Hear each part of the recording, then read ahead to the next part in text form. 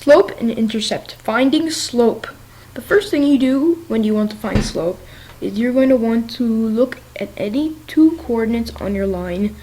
And I'm just going to choose two easy coordinates to identify, which is I'm going to choose one that's not a half, one that's actually on a point. So here's one right here. I'm going to choose. I'm going to right here and right there. And the coordinates of this, assuming that each line of this coordinate grid is equal to 1, would be 1, 2, 3, 4, 5, 6, 7, 8, 9, 10, 2. Negative 10, 2.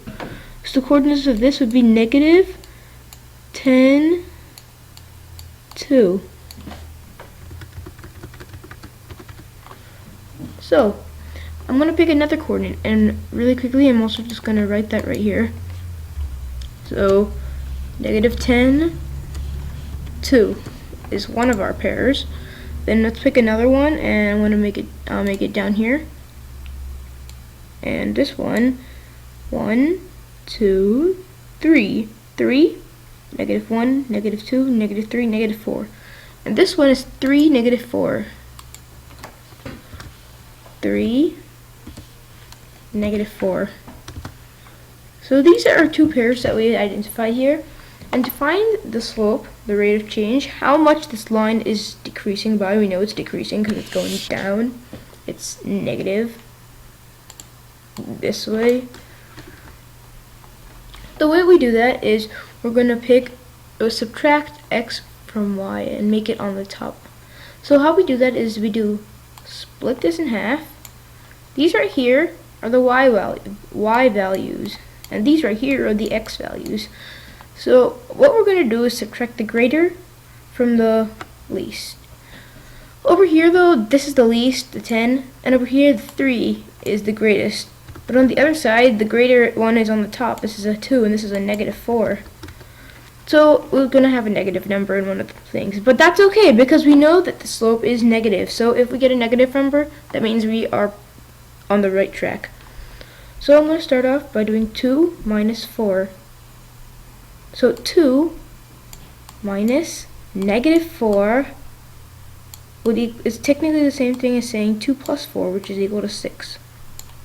So 6 is going to be right here. Put a line. Then, remember the y values have to go on the top here. Then negative 10, 3. Negative 10 minus 3. Negative 10 minus 3 would equal just 10 plus 3, and add a negative sign, so negative 13. And this is what we have. 6 over negative 13, which is just short of 1/2. Just short. A little smaller than 1/2. Let's check it here now. We know that it's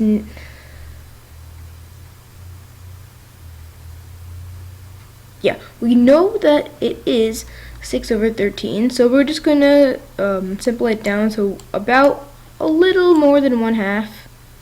I mean, little less, sorry. Just like that. And we know that 6 divided by negative 13 is going to be a negative number, so might as well just say this. Let's check it. Pick this point that we did right here, and then we are going to plot them. Down 1 over 2. About, right? Remember, it's going to be a little smaller. Down 1, 1, 2. A little different. 1, 1, 2. 1, 1, 2. 1, 1, 2, etc. As you can see, it's almost hitting the line. Because we are doing this on a scale factor of 1/2, it'll be a little different to do on a scale factor of 13. But, yeah, it would probably work if we tried it from here. 1, 2, 3, 4, 5, 6 down. 1, 2, 3, 4, 5, 6, 7, 8, 9, 10, 11, 12, 13. There is one point right here. So that does work. but since we were doing it by 1/2, then it's a bit off right here. So that's how you find that. Now here's another example. This one is a positive slope, we know. It's raising a little bit higher than the last one. The last one was kind of a little more shabby like that. And this one is way more steep. Now we know that the slope is going to be positive, and we also know that's going to be a whole number, not a fraction like the last one. Because if you see here, this is 1 right here, 1 and 1. And it's even going higher than 1, so that means it's going to be a whole number bigger than 1. So again, pick 2 coordinates. I'm going to pick the y-intercept, which is right here. Oh, whoops, sorry about that. Right there, and we're going to say that's 1, 2, 3, 4, 5, 6, 6.5. And that might be a little difficult, so I'm going to make it just easier. So 7, 8. I'm going to make one of the coordinates 1, 8. 1, 8. And I'm going to make the other coordinate, because 1, 8 is right here, 2, 10 it would be right here. So 2, 10 is our new coordinate. Right underneath.